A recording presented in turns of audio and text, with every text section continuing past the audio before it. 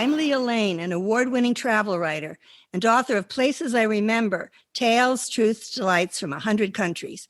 On this podcast, we share conversations with travelers about fascinating destinations and memorable experiences around the world. Life is short and the world is wide. The sooner you start exploring it, the better. That's a quote from Simon Raven. I took my first trip abroad when I was 22, 2 months around Europe. It opened my eyes and led me to pursue a career as a travel journalist. I wound up traveling to over 100 countries. We're talking on this episode with Bob Gogel, President and Chief Executive Officer of WorldStrides, the global leader in educational travel and experiential learning. It runs programs in over 100 countries for more than 500,000 students in over 5,000 schools and universities. Bob has a great outlook on the return and resurgence of travel, particularly around young adults and students, and he knows the importance for students to get back out into the world. And in the last part of this episode, we'll be talking to a high school student, Sabrina Lane, who will share some of her own international travel experiences. Welcome, Bob. Thanks, Leah. How are you? I'm fine. Let me ask first, why do you think it's important for young people to travel? For us, the journey is very much part of the educational experience. Young people learn lots in the classroom, but there's nothing like the actual experience outside of the classroom. In fact, if you go back to the history of the company over 50 years ago, we had an 8th grade teacher who was trying to get their students with a number of other faculty members excited about learning American history. And the kids sat in the class and dozed off and said, how am I going to make this experience real? Decided to rent a school bus, drove the kids from Illinois to DC, and had the kids experience Washington, DC. And they saw the Washington Monument, the Lincoln Memorial, Arlington Cemetery, the White House, Congress, and suddenly it clicked. And it's that moment that's a learnable moment where the teacher came back and said, this is cool. This is how to make the learning experience complete. This was not the virtual world. This was the real world. And from that, the business grew, and we cover a number of segments for young people aged from 6 up to 35, 40 into graduate programs. And it's all about creating learnable moments outside of the classroom. I know that your passion for experiential learning was born from your own international experiences that were part of your own education. Tell me about your high school exchange program in Latin America. I spent a summer in Managua, Nicaragua, on a summer exchange program sponsored by a group for Central America.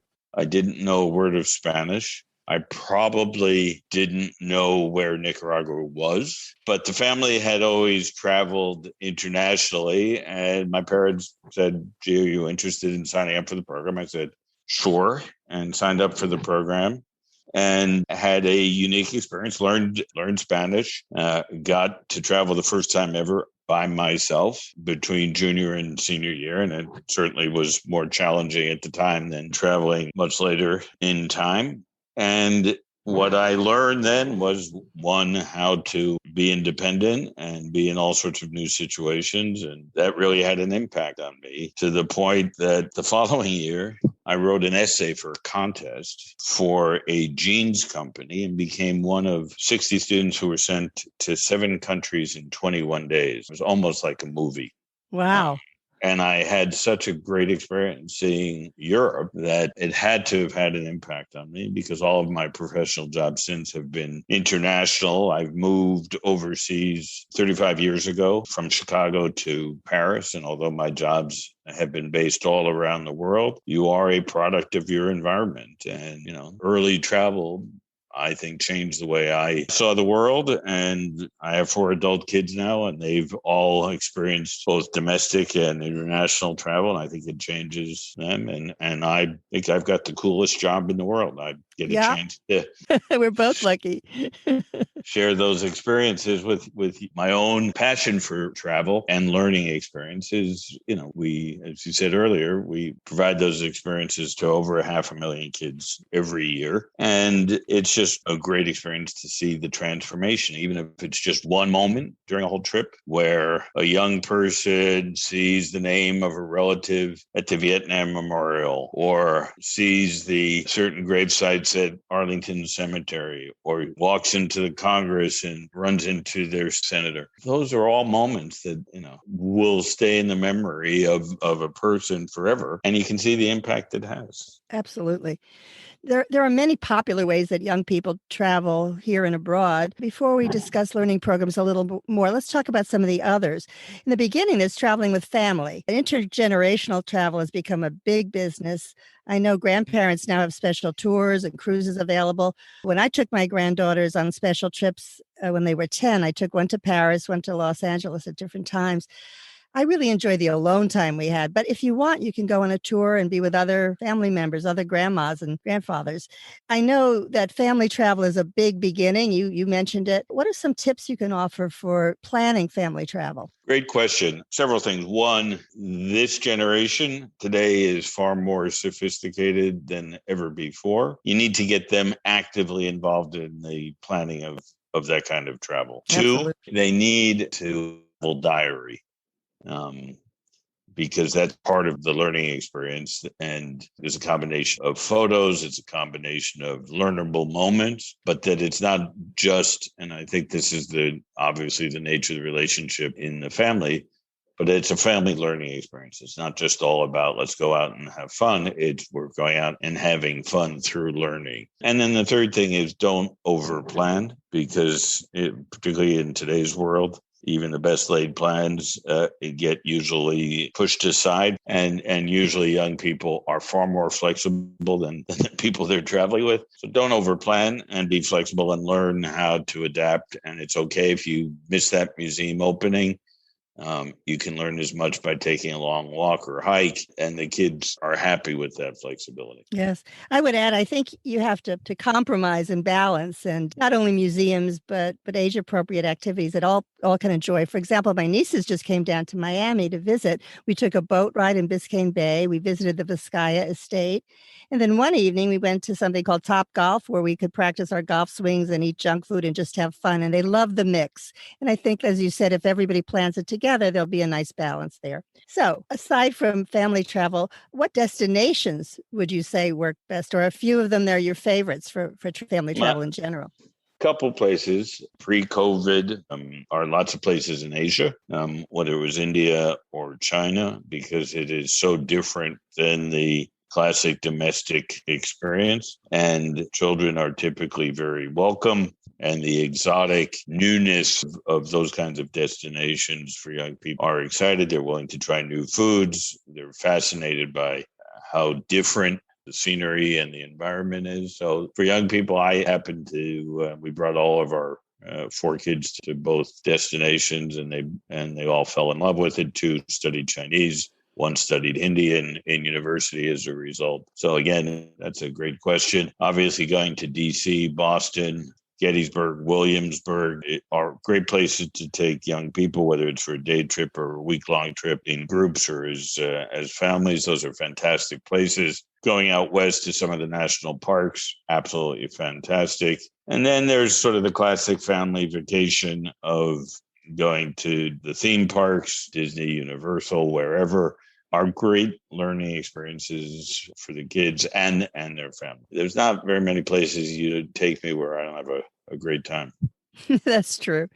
How about exchange programs? They're very popular with high school kids and college kids where you live with families. What are some suggestions of how to find good exchange programs and what to look for? There are a number of providers, including ourselves, that provide exchange programs where there's 2 models. One is family living, which is typically for high school students. College students, also there is an opportunity to be situated in a family setting or in a independent living apartment, depending on the age group and the level of independence of the student. The kinds of questions that you want to ask, first and foremost, is who's watching for my child when they go overseas? Are they easily accessible 24/7? Second question of equal importance is health and safety. What if my child breaks a leg, gets the flu? Who's going to watch my child? What options are available? Are there going to be English-speaking doctors? We hear all of the questions.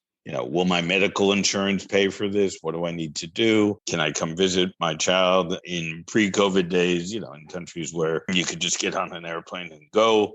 Obviously, with post-COVID situation, medical emergencies are more complex to manage. So I would say in going forward, certainly health and safety and logistics are key. And then the third thing to look at is, what is my young person on the trip going to be doing on the exchange? They're going to be going to school. They're going to be visiting the culture. They're going to be language learning. How much free time are they going to have? How much supervision they're going to have? Is it group activities? Is it individual activities on previous trips, and get their experience and share that? And then the last thing, which is equally important, does my child have special needs, which may or may not be an issue depending on the foreign country? Doesn't mean you shouldn't send your child. It just means that you need to understand that it may be slightly different. But the experience as an exchange student, having both received exchange students in my house and having been an exchange student, there's nothing like it. You create lifetime experiences that you don't forget, friendships, and a second family that you develop. It's, again, part of the learnable moments that get me quite excited about what we do.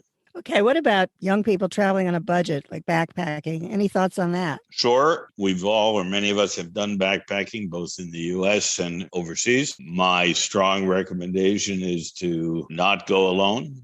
Some people like to do it, but it's particularly for certain age groups, certainly under 18. I much prefer to send a young person with an organized group of people. I think it's just a question in general of maturity and experience.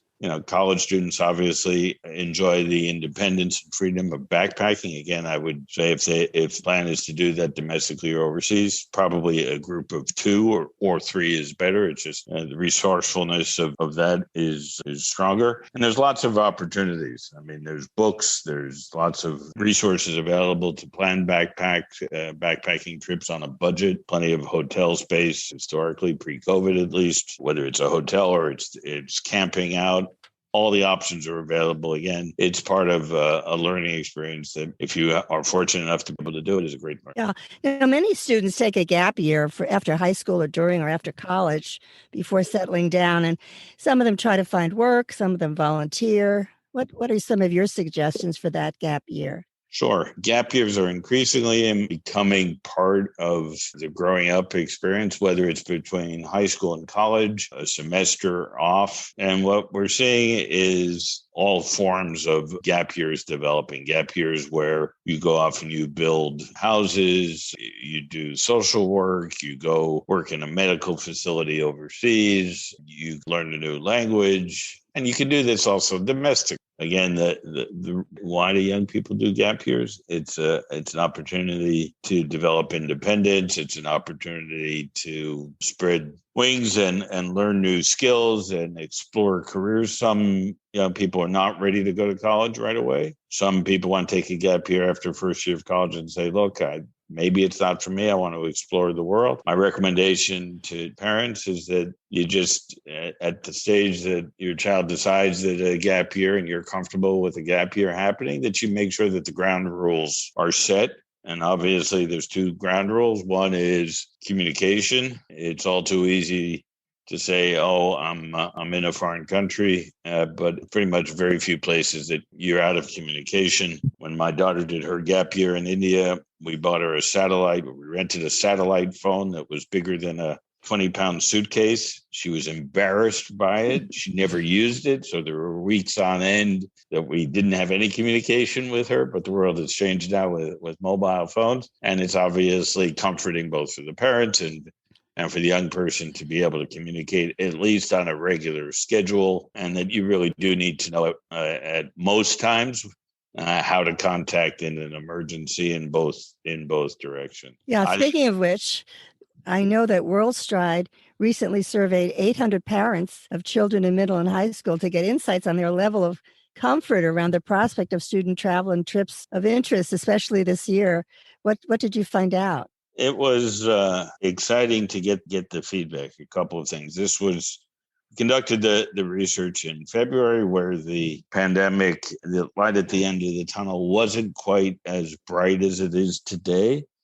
But one of the things that was very clear was that the pent-up demand for travel and experiential learning, that their parents wanted their young students, whether it's middle school, high school, or college students, the pent-up demand to get out of being in front of a screen. The hybrid model worked for some teachers, it worked for some students, but it wasn't the same. It was resourceful. The teachers did an incredible job standing up in many cases, new virtual teaching programs, but nothing beats being outside. Not in front of her screen. So one was the pent-up demand to travel. The second was the pent-up demand of the parents themselves to travel with or without families. But clearly 15 months of uncertainty, of lockdown, of terrible personal and professional trauma for lots of people. The optimism, once you started talking about travel happening again, you suddenly saw a level of excitement that, yes, it could happen again. And having recently been on the road to DC and Washington with a number of our groups that are traveling, it's just amazing to see our 14 to 18-year-old travelers with their groups and their teachers and their programs and their course leaders. All of them are just excited to be part of the first wave, if you would, of going back out to the real world. And we've had groups that, get to New York City, and for 3 months, they've not been masked. And now they have to be, 2 weeks ago, they still have to be masked. And they feel like they're coming into the new world. It's almost like, they're landing on the Mayflower, and they're the first adventurers back into New York City. And they're on one of the first ferries to go see the Statue of Liberty, or they're at the top of the rock at Rockefeller Center. And it's the first group that's been up there. And we took them to restaurants that haven't seen people for the last 15 months. It's pretty cool. And all of that in the survey, number one concern was, not surprising, health and safety. Second concern was, what will the young people be able to see or not? Right? How much was going to be open? Domestically, everything is, I'd say, at about 70% of where it was pre-COVID in our top destination cities. Europe is opening up slowly, probably mid-July. We'll see Australia and New Zealand being, once their vaccine rollout picks up some speed, they make changes. We probably lead other parts of Asia probably until in January. But our bookings for calendar year 22 are extremely strong, which again, confirms the research we did, which was we got to go, and we got to go. And that's great news. We have increasing demands. You started this podcast talking about family travel. We're getting increasing demands for grown-up travel. We're sending our kids with their school group. Can you organize a trip just for us adults? Right. We need to learn and travel at the same time. So we're excited about that. For sure. Well, the name of the podcast is Places I Remember, and I'm sure that what you've accomplished for so many young people was influenced by your own early experiences abroad. So I'd like to ask you, Bob, if you have one special memory of your own experiences as a young traveler. I have a very strong memory of my junior year from college abroad. We had a long weekend in Paris from class that was available, and we went down on a dig on an archeological site at some old chateau in the Thru Valley, and spent 3 days, I think, digging only 4 steps. My. that were probably medieval steps, and it wasn't like it was a big discovery. You weren't Indiana Jones. I wasn't Indiana Jones. They were steps up to the chateau, but nobody had seen them before, and it made the whole experience. When else could I have had that experience? So obviously visiting the museums, the Eiffel Tower and all that, all stuck sufficiently strong in my memory that I actually went back and moved to France. But it was probably digging those steps that made the biggest impact on me in terms of understanding what history was all about. Well, I would say that's step-by-step learning, literally. Absolutely. Bob Gogel, CEO of WorldStrides, thank you so much for sharing with us today in helping young people better understand our world through travel. Thanks again. Thank you very much. Our other special guest is a high school student who's traveled domestically and abroad with her family and with me, her grandmother, alone on a special birthday trip to Paris. She's participated in a summer program in Peru and will be spending her senior year in an international school overseas. Welcome, Sabrina. It's always great to talk with you. Hi, it's so nice to talk with you too. Well, tell us some of the places you've traveled with your family and what you especially liked about that. Well, me and my family have been to many different countries around the world, and I'm very lucky to have traveled.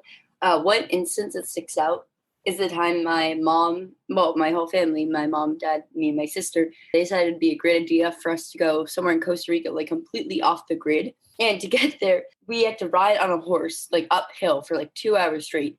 But where we were, apparently the place that we were, like, we were hosted by a family, but they were kind of running out of business, so nothing was really working. It was raining, so everything was muddy. Like everything was muddy, and there was no electricity. There was no. I mean, it was really. I personally really liked it because like we got to like ride on horses in the middle of the rainforest. Nothing was working. Everything was muddy. The food was good, but like the poor family was running out of money. This is kind of it. It was really cool also, even though it was falling apart, to just really be so disconnected from the grid and just riding around like the rainforest on a horse. Well, it sounds like you made the most of it. You saw the positive in it. How often do you get to ride in a rainforest on a Exactly. horse? I like that. Now, I know you enjoyed just the two of us traveling to Paris when you were 10 years old. What do you remember most about that trip? I remember going to the museum and I really liked it. I remember specifically our spa when you let me go to that spa. Oh, I have a specific memory. I remember we were in this really yummy dessert place and the waiter took a liking to me and he kept letting me have like free desserts, like really expensive free desserts. And I was done with one. He's like, no, have more, have more. And he kept I remember that. And he was so sweet. That was so nice. Well, it was very nice because you had a wonderful attitude and you were curious about everything and he picked right up on it. And when you're young and you travel like that, everybody feels good about it. I remember that too. Now, tell us more about the volunteer program you were a part of in Peru a couple of summers ago. Where did you stay? So I did this thing with my camp called ISEP, where you get to travel for 5 weeks to another country. Well, my group was 14 other students and me. What we do is it's a mix of travel and service and fun. So we stayed in 3 different places at different times. So our first, where we spent most of the time, was in Lima in Peru. And in Lima, we stayed in the YMCA there, and they were just really nice. There's a community center. I got to bond with a lot of the kids there. One time there was like a dance party, and I crashed that, and then everyone took a liking to us, and they started like partying with us. The people from Peru. Yes, and we were watching a movie. We heard this like giant dance party downstairs, and like we're like, let's just go and crash it. So we did, and I was dancing and moving around, and then everyone started like making a circle around me, and it was so fun. And we're like, woo! And they took, especially the Peruvians took a special liking, especially to a few of the guys on my trip, and they took pictures of him, made them their lock screen on their phone. So it was really fun. But we went and we helped try to teach English to a few kids. Then after that, we went to Cusco, which is near Machu Picchu, and that was beautiful. Lima, it was never sunny. And it was a city that was, I think, is just as big as New York, and it was very chaotic. Cusco was just absolutely gorgeous. Like it was really sad though, because we were walking around and the tour guide would be like, "Oh, this is where this like magnificent circle land site was before the Spanish came in." So there was a lot of stuff that you couldn't see because of colonization by the Spanish. But when we went to Machu Picchu, we took a train and then we walked a little bit, and it was stunning. It was probably one of the most beautiful things I've ever seen. I have to agree with you. I didn't get to go with other students, which would be wonderful. And I went much later. Yeah, it's a beautiful thing to see at any time in your life. And I can only imagine when you're young to see something like that is astounding. Now, let me ask you, did that influence you in choosing to go to an international school? You're going to be attending your senior year next year at an international school in Bosnia. That's one of the campuses of this school. Tell us why you chose to go international for your senior year. I really enjoyed the service part of it. In Lima, we went to like a really, really poor place, and I think maybe 1 million people were living there, and it was insane. But then we bonded with like a lot of the local kids there, and I realized they were just like you and me, and just I wanted to seek out more of those people who had such different lives than me, but yet were so similar in so many ways. And I don't know, I just was feeling kind of unsatisfied in my current high school, and I wanted something more in my international school. I was looking around for international colleges. And then when I found UWC, United World College, I was like, yeah, I have to go here. And I got assigned to the one in Mostar in Bosnia. And ethnic conflict and stuff like that really interests me. And I feel like studying it makes you realize like all this is just kind of people assuming the other's different or assuming badly about the other one. But so you can learn. Humanity. Yeah, exactly. And because of the Yugoslavian wars in the 90s, it's still a very divided place. One side of the river is the Bosniaks, and the other side of the river is the Croats. So this pushes towards helping ease the tension. But also I get to be in a completely different environment. Like I've never been to the Balkans. And I'm going with people all around the world. I think there are probably about 90 different nations represented with 200 kids total because it's 2 years. So it's about 100 kids per class. But what a wonderful experience. That is amazing, Sabrina. I think you're going to just bloom there. And I'm so proud of you. The name of this podcast is Places I Remember. From all your early travels, and they are early, what is one favorite memory if you want to share with us? I think a very intense memory I have, but something that definitely sticks out is when I went to the Golan Heights. In Israel, yes. Yeah, in Israel. So we were kind of thinking we'd go I think there's a little what's the term? A community there. I think we were just thinking we'd get a little tour around that. A kibbutz. Yes, that's it. But what happened in reality was very different. So this guy took us in a Jeep all around the places in the 6-day war and all these abandoned buildings and stuff like that. But just on 1,000 feet away from us, just on the other side of this little river, it was Syria. And eventually we settled in this little rundown building from the 1967-day war. And there was graffiti everywhere. There was debris everywhere. There was no windows, but you could just look out and see the country of Syria right in front of you. And my dad told me that when he went to Syria, it was the nice people he ever met. So when I heard a loud bang on the other side, and I think I saw people running, even though it was a very rural part, there was still people. It made me very emotional because, number one, it felt so real to me. You could see this wasn't just something on the news. It was something real. And the guy there was like, yep, the rebels are fighting again. And I started crying because I just felt so bad for everyone there. But also I felt, because I came on that trip worrying about my grades at school. And then I realized how lucky I was in the bigger context of the world. And it made me want to do something about it. And at one part specifically, we heard footsteps and we were like, oh my God. And we saw guys with guns just walk in. And I was like, yep, this is it. But it was just the IDF. And they were like, hey, it was also sad to see how, I guess, militarized the border was. Right. And how different the countries were, even though they were just so close to each other. Well, that's an extremely vivid memory, one that I think influenced you perhaps, again, in going to school abroad. Definitely.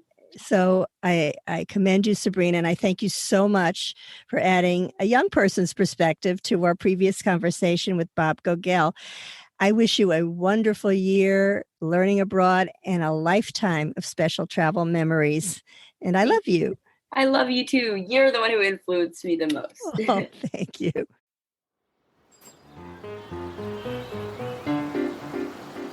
Thanks for listening to our award-winning podcast. We've recorded over 100 episodes of Places I Remember, so follow us on any podcast app. And new monthly episodes are also on YouTube with gorgeous video. My book, Places I Remember, is available in print and Kindle, and I read the audio version. Follow my travel writing at Forbes.com. Contact me at the links in the show notes or on my website, placesirememberlealane.com, and keep making your own travel memories.